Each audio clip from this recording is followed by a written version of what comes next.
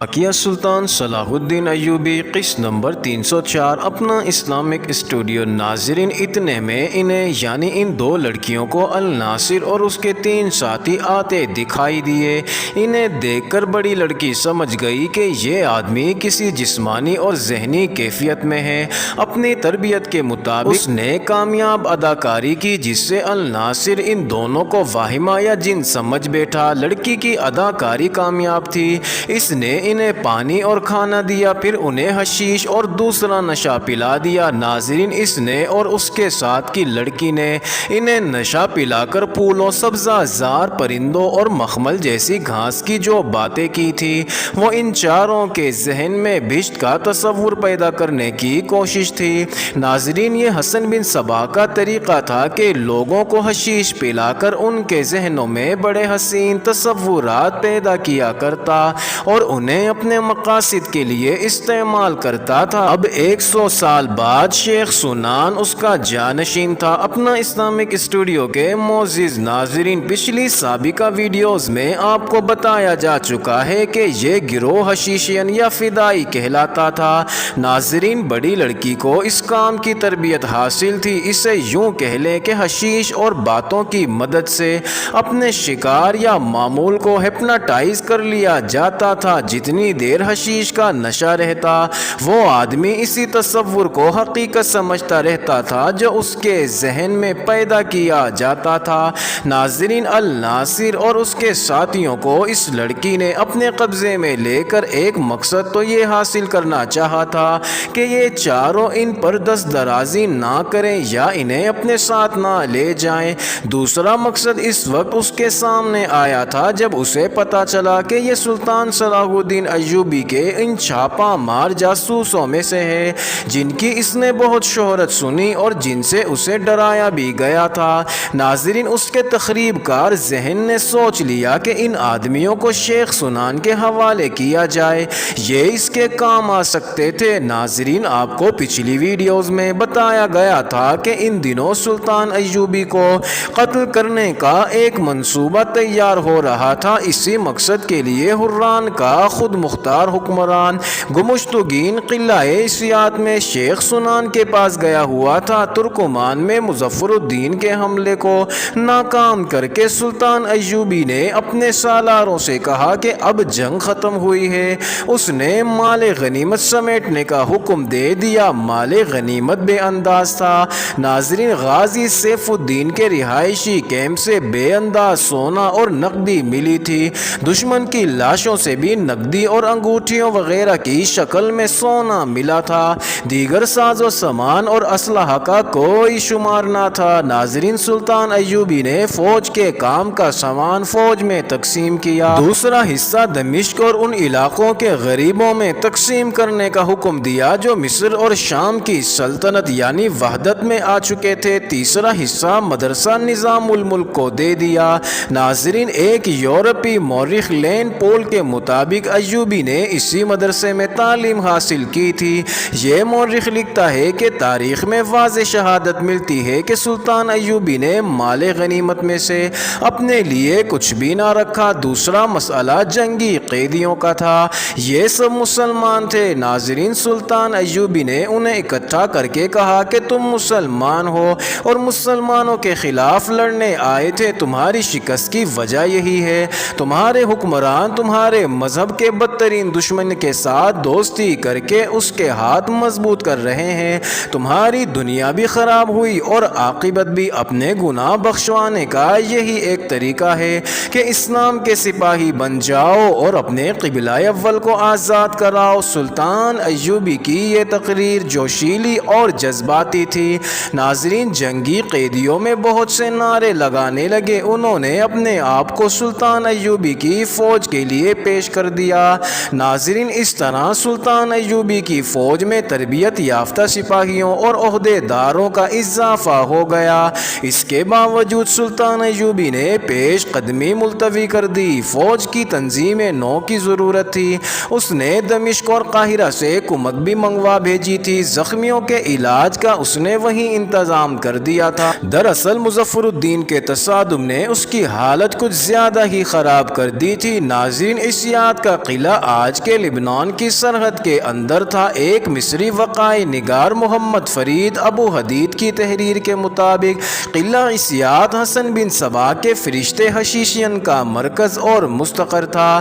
ناظرین، اس قلعے میں شیخ سنان کی حکمرانی تھی جو حسن بن صبا کا جانشین تھا۔ اس قلعے میں اس نے کچھ فوج بھی رکھی ہوئی تھی۔ عیسیات ذرا بڑا قلعہ تھا، اس سے دور دور 3-4 چھوٹے قلعے بھی تھے جو شیخ سنان کے حشیشین کے پاس تھے۔ انہیں یہ قلعے صلیبیوں نے دے رکھے تھے۔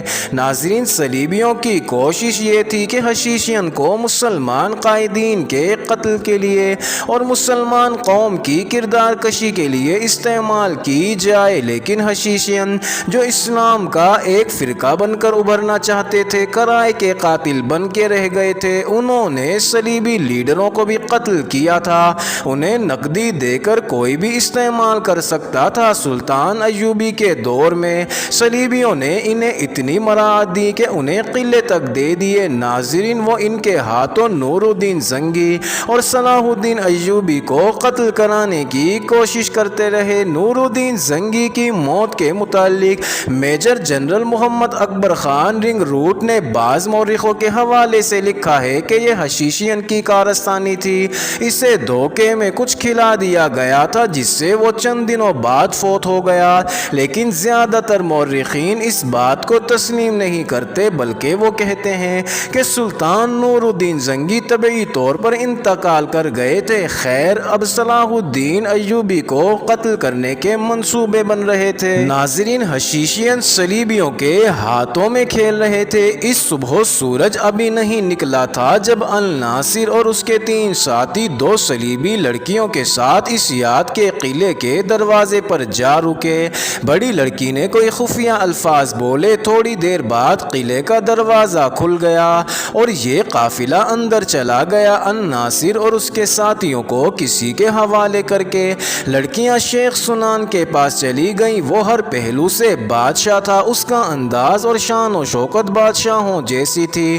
اسے یہ احساس ہی نہیں تھا کہ وہ بوڑھا ہو چکا ہے۔ اسے جب بڑی لڑکی بتا رہی تھی کہ وہ کہاں سے آئی ہے اور ان کے دوست سیف الدین پر کیا بیتی ہے، شیخ سنان کی نظریں چھوٹی لڑکی پر جمی ہوئی تھی۔ یہاں آؤ، شیخ سنان نے بڑی لڑکی سے توجہ ہٹا کر چھوٹی کو اپنے پاس بلایا اور کہا، تم ضرورت سے زیادہ خوبصورت ہو، میرے پاس بیٹھو۔ لڑکی کو بازو سے پکڑ کر اپنے پاس بٹھا لیا اور انگلیاں اس کے بالوں میں پھیرنے لگا۔ بولا، تم بہت تھکی ہوئی ہو، آج میرے پاس آرام کرنا۔ ناظرین، اس لڑکی نے شیخ سنان کو پہلی بار دیکھا تھا۔ لڑکی نے اسے گھور کر دیکھا، جیسے بوڑھے کی یہ حرکت اسے پسند نہ آئی ہو۔ وہ سرک کر اس سے دور ہٹ گئی۔ شیخ سنان نے اسے پھر بازو سے پکڑا اور اس طرح جھٹکا دے کر اپنے قریب کر لیا جیسے لڑکی نے پرے سرک کر اس کی توہین کر دی ہو۔ اس نے بڑی لڑکی سے کہا، اسے ہمارے متعلق کسی نے نہیں بتایا کہ ہم کون ہیں اور ہماری توہین کتنا بڑا جرم ہے؟ میں آپ کی لونڈی نہیں۔ چھوٹی لڑکی بھڑک کر بولی، میرے فرائض میں یہ شامل نہیں، جو مجھے گھسیٹ کر اپنے ساتھ لگا لے میں اپنا آپ اسی کے حوالے کر دوں۔ وہ اٹھ کھڑی ہوئی اور بولی، میں صلیب کی غلام ہوں، حشیشین کی خریدی ہوئی لونڈی نہیں۔ ناظرین، بڑی لڑکی نے اسے ڈانٹ دیا اور خاموش رہنے کو کہا، مگر وہ خاموش نہ ہوئی۔ وہ کہنے لگی، مجھے مسلمانوں کے حرم میں اس شخص نے نہیں دیکھا، میں نے کوئی کوتاہی نہیں کی، میں نے تمہارے ساتھ سیف الدین اور اس کے مشیروں کی عقل پر پردہ ڈالے رکھا ہے، لیکن میرے فرائض میں یہ شامل نہیں کہ اس بوڑھے کے کمرے میں رہوں۔ اگر تم اتنی خوبصورت نہ ہوتی تو ہم تمہاری یہ گستاخی کبھی معاف نہ کرتے، شیخ سنان نے کہا، اور بڑی لڑکی کو ہدایت دینے کے انداز سے کہنے لگا، اسے لے جاؤ اور اسے عیسیات کے قلعے کے آداب سکھاؤ۔ ناظرین، بڑی لڑکی اسے باہر چھوڑ آئی۔ اس نے شیخ سنان سے کہا، آپ کی ناراضگی بجا ہے، لیکن ہم اپنے اوپر والوں کی اجازت کے بغیر کسی کا حکم نہیں مان سکتی۔ میں چونکہ آپ کو جانتی ہوں، اس قلعے میں پہلے بھی آ چکی ہوں، اب آپ کے کام کے 4 آدمی پھانس کر لائی ہوں، آپ کو اس طرف توجہ دینی چاہیے۔ اس نے شیخ سنان کو الناصر اور اس کے ساتھیوں کے متعلق پوری تفصیل سنائی۔ میں ان آدمیوں سے پورا کام لوں گا، شیخ سنان نے کہا لیکن میں اس لڑکی کو اپنے کمرے میں ضرور رکھوں گا، یہ کام مجھ پر چھوڑیں۔ لڑکی نے کہا وہ کہیں بھاگ تو نہیں چلی، کیوں نہ میں اسے آمادہ کر لوں، وہ ہنسی خوشی آپ کے پاس آ جائے گی۔ ناظرین، الناصر اور اس کے ساتھیوں کو شیخ سنان کے 2 آدمی اپنے ساتھ لے گئے تھے۔ وہ بے شک نشے میں تھے لیکن ساری رات پیدل چلتے رہے تھے۔ انہیں ایک کمرے میں لے گئے، وہ پلنگوں پر گرے اور سو گئے۔ ناظرین، ادھر لڑکیاں بھی رات بھر کی جاگی ہوئی تھی، وہ بھی اس کے کمرے میں جا کر سو گئی جو انہیں دیا گیا تھا۔ ناظرین، دوپہر کے بعد الناصر کی آنکھ کھلی، اس نے ادھر ادھر دیکھا، اس کے ساتھی سوئے ہوئے تھے۔ اس نے گرد و پیش کو پہچاننے کی کوشش کی، یہ ایک کمرہ تھا، اس میں پلنگ تھے اور پلنگوں پر اس کے 3 ساتھی گہری نیند سوئے ہوئے تھے۔ اسے سبزہ زار پھولوں والے پودے، رنگ برنگے پرندے اور مخمل کی طرح گھاس یاد آئی۔ ناظرین، لڑکیاں یاد آئیں، صحرا اور صحرا کا بے رحم سفر یاد آیا۔ اسے وہ خواب سمجھنے لگا، صحرا کا سفر اسے حقیقت کی طرح یاد تھا۔ لڑکیوں سے ملاقات اور اس کے بعد کے واقعات اسے خواب یا وہم میں لگے، مگر وہ اب کہاں ہیں یہ سوال اسے مضطرب کرنے لگا۔ اس نے اپنے ساتھیوں کو نہ جگایا، اٹھا اور دروازے میں جا کھڑا ہوا۔ یہ کوئی قلعہ تھا، اسے سپاہی آتے جاتے نظر آ رہے تھے۔ وہ کس فوج کے تھے، یہ کون سا قلعہ تھا، اس نے کسی سے پوچھنا مناسب نہ سمجھا۔ یہ قلعہ دشمن کا ہو سکتا تھا تو کیا وہ اپنے ساتھیوں کے ساتھ قید ہو گیا ہے؟ لیکن یہ کمرہ قید خانے کا نہیں تھا، وہ جاسوس اور چھاپا مار تھا۔